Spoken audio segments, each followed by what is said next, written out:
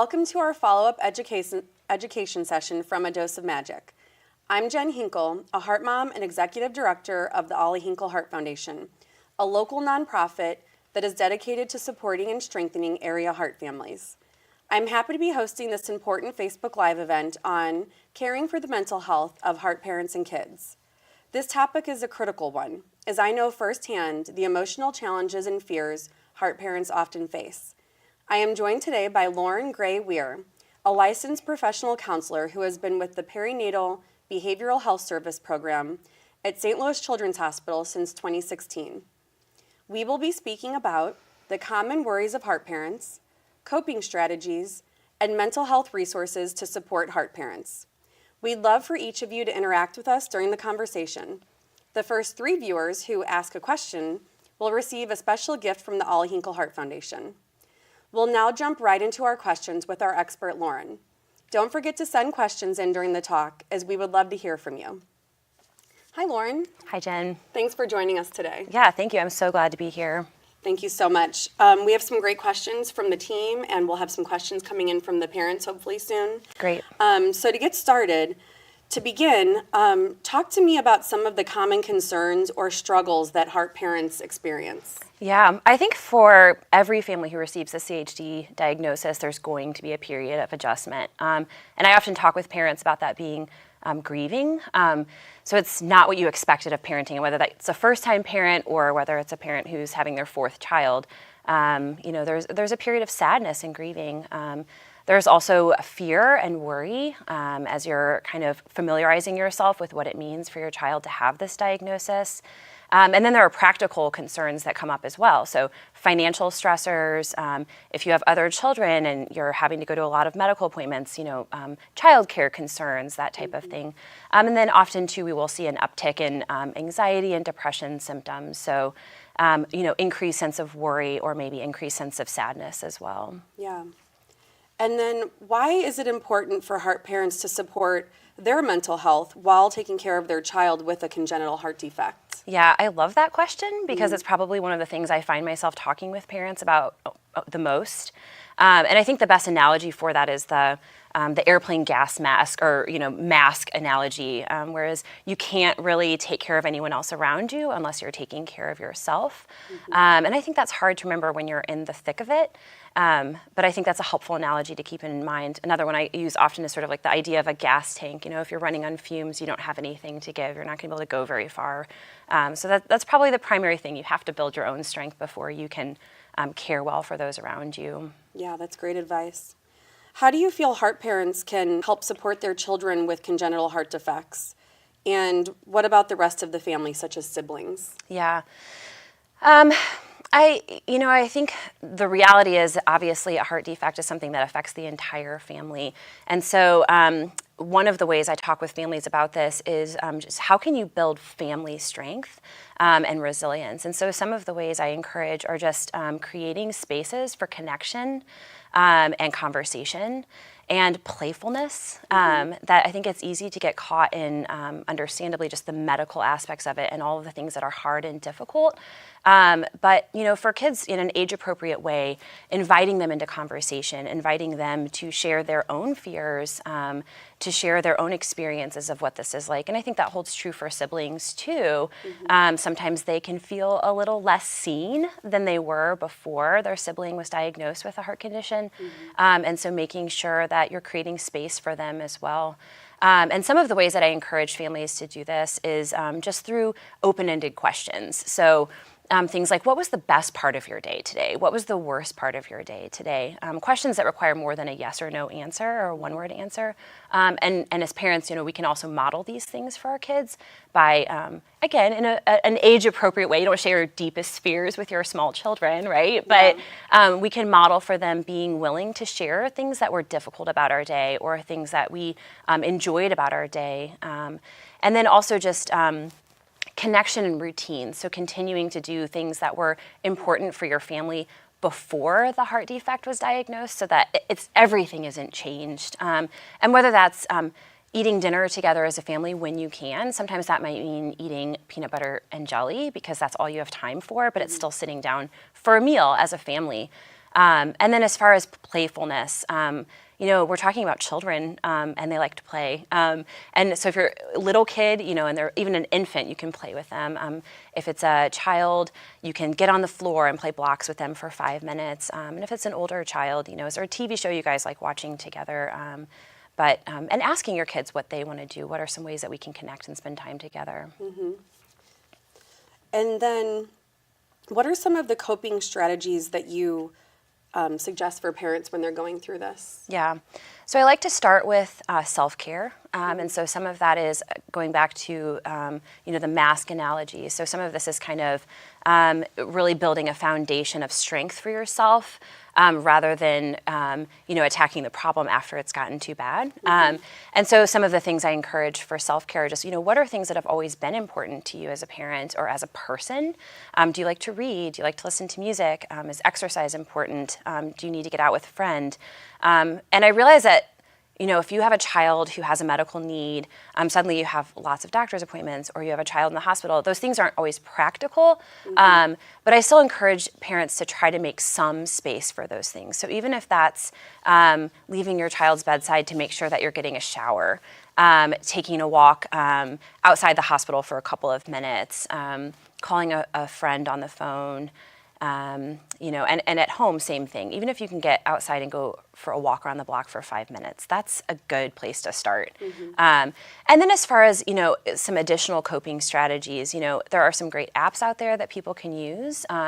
Calm is one of them. Stop, Breathe, Think is another one. Those have some really great tools where you can kind of even enter in how you're feeling on a particular day, and they'll give you some like meditations to do or some exercises to do that can address some of those problems as well. Okay. And what about the children? Do you have any coping strategies for them that you generally share with your families? Yeah, I think it's a somewhat age-dependent question. Older kids can do some of the same things adults do. Obviously, they could download those apps for their phones, that type of thing. With younger kids, sometimes distraction is helpful. So, but I think for all kids, not having their whole life revolve around their illness is important too. So, again, I would go back to some of those like family resiliency things. And another one that I would add would be, talking about what is unique about our family, what makes us strong, and beginning to identify some of those things and build on them so that it's kind of a family thing, not just addressing like, oh, you're struggling, what's wrong? I need to fix you in another way, but really being able to kind of say like, hey, you're a strong kid, or, what are some ideas you have that would make you feel better right now? But then again, I think I would encourage parents to open up spaces for their children to be able to share how they're doing. And kids are remarkably creative problem solvers, so I think often given the opportunity that they'll be able to come up with ideas for themselves, and we can do things to kind of encourage and foster the development of that resiliency and strength in our kids too. What are some of the resources available to heart parents through St. Louis Children's Hospital? Yeah, I definitely would encourage parents to utilize the social work team and the chaplaincy team at the hospital. Those are just great people that are, able to provide, spiritual support, or, in the case of social work, they're typically very aware of area resources. So if there are financial needs that arise, that type of thing, they're going to be able to connect families to area resources. And then the hospital itself has, 2 gardens that are wonderful places, I think, that of just peace and tranquility, that you can go get some outside fresh air without even having to leave the hospital, which I always think is pretty wonderful for families, that they can still feel connected and close to their child in the hospital without having to go very far. There's also a great resource library at the hospital, the Ronald McDonald Room, where you can sort of get a little bit of the comfort of home away from home, or take a shower or something like that. And those are just a few. And Forest Park is across the street. So if families have a little more time to get away, I encourage them to utilize some of the free opportunities there, like the zoo and that type of thing, just for days of or moments of normalcy. Yeah. And then I'm a therapist there too, so there are mental health. Too. There's me too. Before we get to our last question, make sure you submit your questions in the comment section and we'll answer live. Okay, Lauren, what advice would you provide heart parents who are having a hard time coping with their child's diagnosis and treatment? And what should they be aware of? Yeah, so first of all, I would say most families have a hard time, at least in the beginning. And then, obviously, as you know, it's hard. And so it's normal. And I would encourage parents to not be afraid to reach out for help. So let people in that are safe people in your life know how you're doing. Build your support system. So, sometimes I think people feel like others won't understand. And I think sometimes that's true, that it's difficult for people who haven't experienced having a medically complicated child to really know how hard it is or what the day-to-day looks like. But you can educate people. You can let them know what it's like for you and ask them to be a part of your support system. Some other things I would say would just be, and I've seen a lot of parents do this, that it's empowering for them to have a deeper understanding of what their child's illness really means and what the treatment is and that type of thing. And so don't be afraid to ask questions, advocate for your child, because those things are very empowering. And then, don't be afraid to ask for help, that there are situations where you will definitely need, a greater level of mental health support. So the things I encourage parents to be watchful for are, are you on top of your stress or is it on top of you? So if you're feeling like it's on top of you, maybe it is time to reach out and ask for, some mental health support from a counselor or a psychiatrist. Or even just your OB or your regular doctor sometimes can point you in the right direction. And things I would encourage would be, if you're noticing you're not sleeping, you're not eating well, you're having thoughts run through your head repetitively, you're consumed by fear, obviously any thoughts that are disturbing or thoughts of harming yourself or others, those would be ones where we would definitely say, reach out, ask for help. And we do have a couple questions that came in from Erin. She is looking for a list of local resources or local professionals who have a lot of experience with families of CHDers. Yes, I wish I had an easy resource to give off the top of my head. I'm assuming we're talking about St. Louis, but I don't know because we do see a lot of families from outside of St. Louis, so it's difficult to say. And if you're looking for mental health support, I think I would say one place you can start is a website called Psychology Today. And there you can look for counselors that fit a very specific set of criteria. So you can put in your zip code. And this isn't just for St. Louis or Missouri, this is all over. So you can put in a zip code, you can put in particular things that you're looking for, people who maybe specialize in either CHD or maybe even just children who have medical complications. You can always call your insurance company if you're looking to use insurance for mental health coverage and find out, hey, do you have any recommendations in the area? That type of things. Those would be some great places to start. I can't say that I'm aware of, I think in many respects, this is a relatively new thing that we're talking about, really, understanding the mental health piece of what it's like to have a child who has an illness. And I know we're lucky to live in St. Louis where it seems like there is a very tight-knit heart community. Yeah. And there are a lot of resources out there, but sometimes when you're in the thick of it, it's hard to know where to start. Yes.